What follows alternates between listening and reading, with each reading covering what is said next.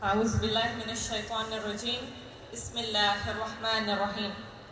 Stage پر بیٹھے ہوئے خصوصی مہمان، تمام ذمہ داران اور کنیالی مرکال جیسے ویروں کی سرزمین پر بیٹھے ہوئے میرے عزیز بھائیوں، محترم ماؤں اور بہنوں، السلام علیکم ورحمۃ اللہ وبرکاتہ۔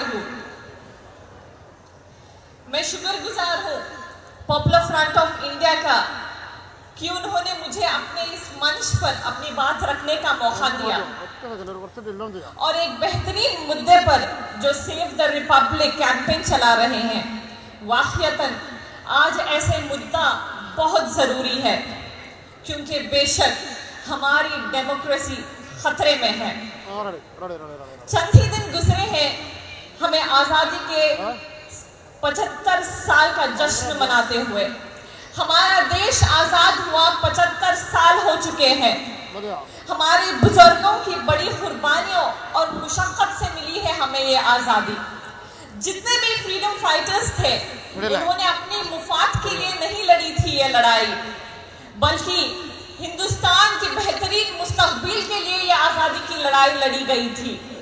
سوشل، سیکولر، ڈیموکریٹک دیش کے لیے یہ آزادی کی لڑائی لڑی گئی تھی، جہاں پر ہر ہندوستانی کو ایکول رائٹس ٹو آل کے ساتھ اپنی زندگی بے خوف ہو کر جی سکے۔ میں آپ سب سے اور اپنے آپ سے یہ سوال پوچھنا چاہتی ہوں، کیا ہم سچ میں آزاد ہیں؟ آج جو حالات ہیں ہمارے اس دیش میں، ان فسطائی سوچ رکھنے والے حکمرانوں نے ہمیں مذہب کے نام پر بانٹ کر اپنی سیاست کو مضبوط کر رہے ہیں۔ میں پوچھنا چاہتی ہوں، کیا ہم سچ میں آزاد ہیں؟ ہم سے ہر کوئی چیز چھینی جا رہی ہے۔ سچ بولنے کی آزادی چھینی جا رہی ہے، حق پوچھنے کی آزادی چھینی جا رہی ہے، کھانا کھانے کی آزادی چھینی جا رہی ہے، یہاں تک کہ کیا پہننا ہے اس کی آزادی تک چھینی جا رہی ہے۔ پھر ہم کیا سچ میں آزاد ہیں؟ ہماری سوسائٹی کو آج بہت کمزور کیا جا رہا ہے کہ وہ سوال پوچھنے سے ڈرتے ہیں، احتجاج کرنے سے یہ ڈرتے ہیں۔ میں ان فسطائی طاقتوں سے یہ کہہ دوں، تم چاہے کتنی بھی کوشش کر لو، ہمارے ان حوصلوں کو کمزور نہیں کر سکتے۔ میں خاص کر کے اپنی بہنوں سے یہ کہنا چاہتی ہوں کہ آبادی بانو، جسے ہم بی اماں کے نام سے جانتے ہیں، ان کی قربانیوں کو یاد کریں کہ کس طریقے سے انہوں نے اپنے دونوں بیٹے شوکت علی اور محمد علی کے ساتھ آزادی کی لڑائی لڑی تھی۔ یہ مسلمانوں میں پہلی عورت تھی جس نے برقع پہنتے ہوئے آزادی کی لڑائی میں شامل ہوئی تھی۔ اس دور میں بھی ہمارے درمیان ایسی دلیر خواتین مائیں موجود ہیں، جیسے رانچی میں گستاخ رسول کے احتجاج کے دوران ایک 16 سال کے نوجوان لڑکے کو پولیس نے گولی مار کر ہتیا کر دی۔ جب وہ ماں سے جا کر پوچھتے ہیں اس بیٹے کے بارے میں تو وہ کہتی ہے کہ مجھے فخر ہے میرے بیٹے پر کہ اس نے ظالموں کے ظلم کے خلاف آواز اٹھائی اور شہادت حاصل کر دی۔ جب تک ہمارے ملک میں ایسی مائیں زندہ ہیں، ہمارے حوصلے اور بلند اور زندہ ہوں گے۔ ہمیں اگر اس دیش میں ڈیموکریسی کو زندہ رکھنا ہے تو سوال پوچھنا ضروری ہے، احتجاج کرنا ضروری ہے۔ یہ ہمارا فنڈامنٹل رائٹ ہے۔ یہ رائٹ ہمیں ہمارا سنویدھان جو ڈاکٹر بابا صاحب امبیڈکر نے ہمیں دیا ہے۔ ہمارا دیش جو دنیا کی سب سے بڑی ڈیموکریسی ہے، آج اسی کانسٹیٹیوشن کو یہ فسطائی طاقتیں کمزور اور بدلنے کی کوشش کر رہی ہے۔ ہمارا یہ دیش کسی ایک کی جاگیر نہیں ہے، یہ سب کو برابری کا حق دیتا ہے۔ سبھی کا خون شامل ہے یہاں کی مٹی میں، کسی کے باپ کا ہندوستان تھوڑی ہے۔ یہ دیش سب کا تھا، سب کا ہے اور سب کا رہے گا۔ ہم ہمارے کانسٹیٹیوشن میں کسی قسم کی مداخلت کریں گے. ہمیں ایسے موومنٹس کو حصہ ہونا ہوگا جو لوگوں کے اندر بیداری، ایک حوصلہ اور ایک امید پیدا کر سکے کہ ہاں میں اپنے حق کے لیے کھڑا ہو سکتا ہوں، میں سوال پوچھ سکتا ہوں، میں میرے حق کے لیے خود کھڑا ہو سکتا ہوں. منزلیں راستے پر کھڑے رہنے سے نہیں ملتی، منزلیں راستے پر کھڑے رہنے سے نہیں ملتی. منزلیں اگر پانا ہے تو راستے پر سے گزرنا ہوگا، وہ راستہ چاہے کتنا کیوں نہ مشکل ہو. لوگوں کی یہ خاموشی کی وجہ سے ظالموں کا ظلم نیو نارمل ہو رہا ہے. جیسے بلقیس بانو کے ہی کیس میں اگر سے ہم لے لیں تو یہ کرمنلز کو رہائی پر سمانت کیا جاتا ہے، ہار پہنایا جاتا ہے، یہاں تک کہ مٹھائی کھلائی جاتی ہے. اسے ایسا پیش کیا جاتا ہے کہ انہوں نے کوئی گناہ ہی نہ کیا ہو، کہ یہ پرسنالٹیز ہو. جو لوگ ان کو گنہگار نہیں مانتے، ایسی گھٹیا مانسکتا رکھنے والے لوگ بھی گنہگار ہیں.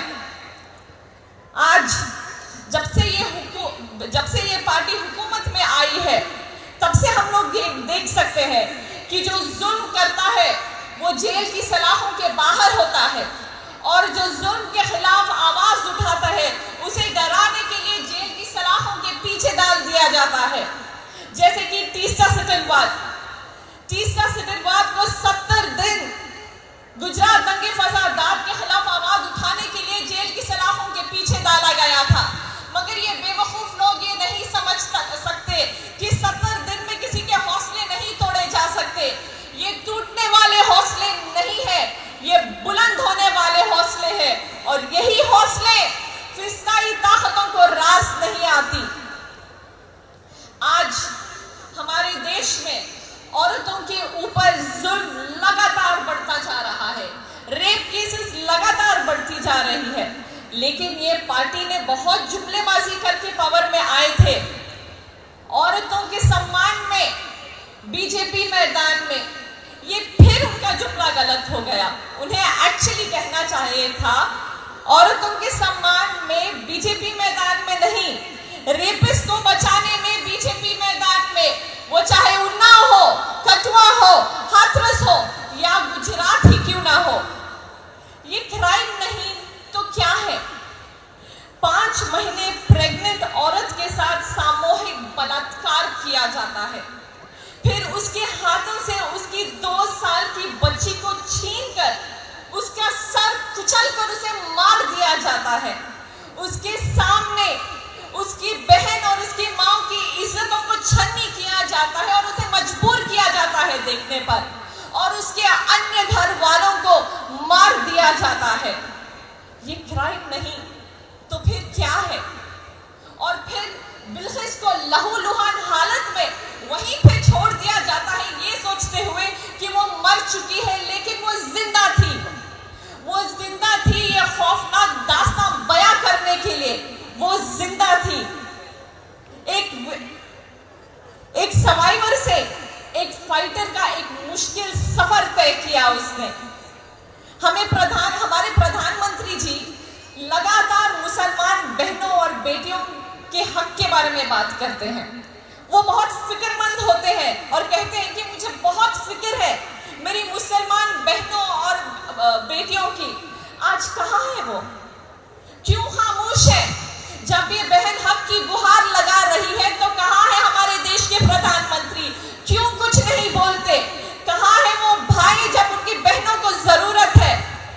بیٹیاں صرف کہنے سے نہیں بچتی، اور خاص کر کے جب وہ مائنورٹیز اور مسلمان کی بیٹیاں ہو تو ہمارے پردھان منتری جی مون ورت دھارن کر لیتے ہو جیسے کہ کچھ ہوا ہی نہ ہو.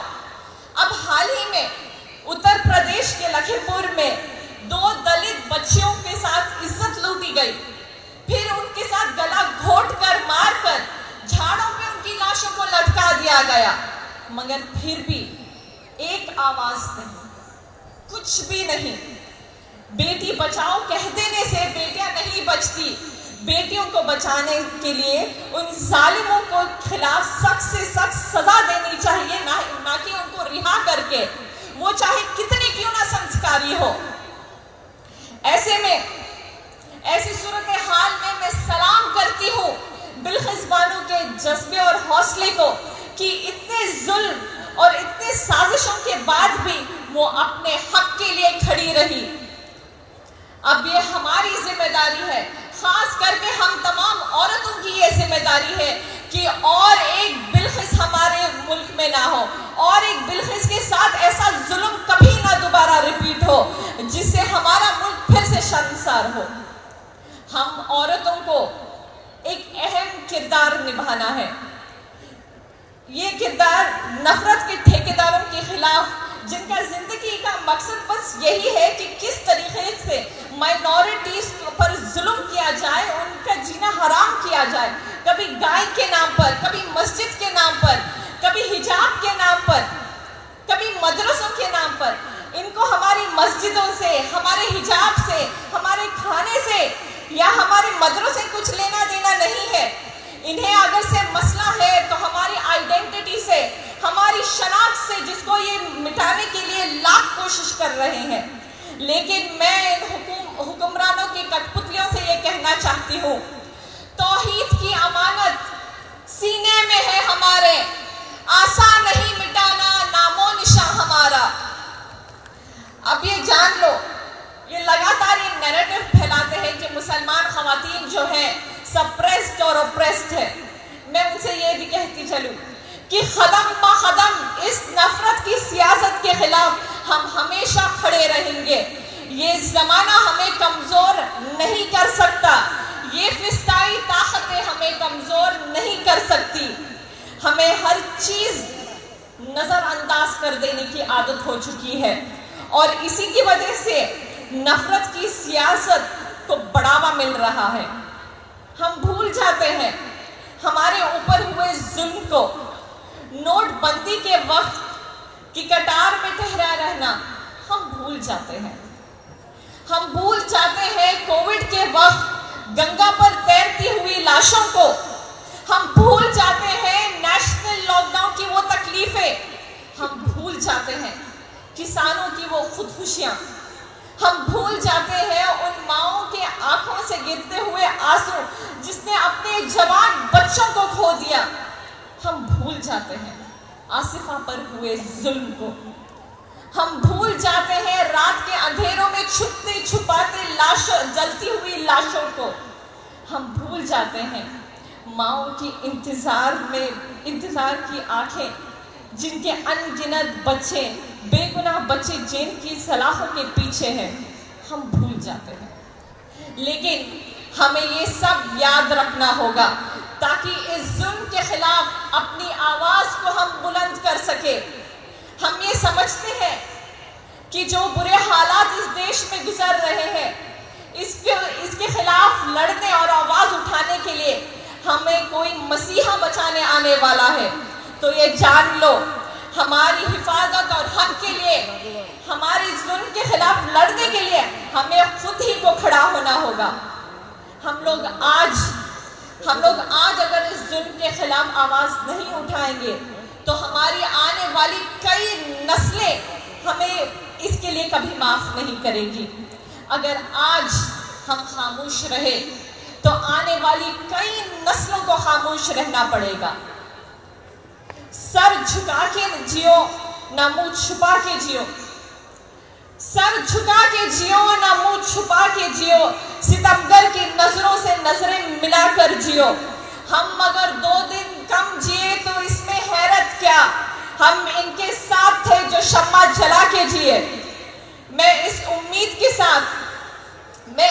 کے ساتھ اپنی بات کو مکمل کرنا چاہتی ہوں کہ ملک بھر میں جہاں کہیں بھی ظلم ہو، اس ظلم کے خلاف اپنی آواز بلند کرنا اور روکنے کے لیے ہم خواتین پہلی صف میں انشاءاللہ کھڑی رہیں گی۔ اسی کے ساتھ السلام علیکم ورحمۃ اللہ وبرکاتہ۔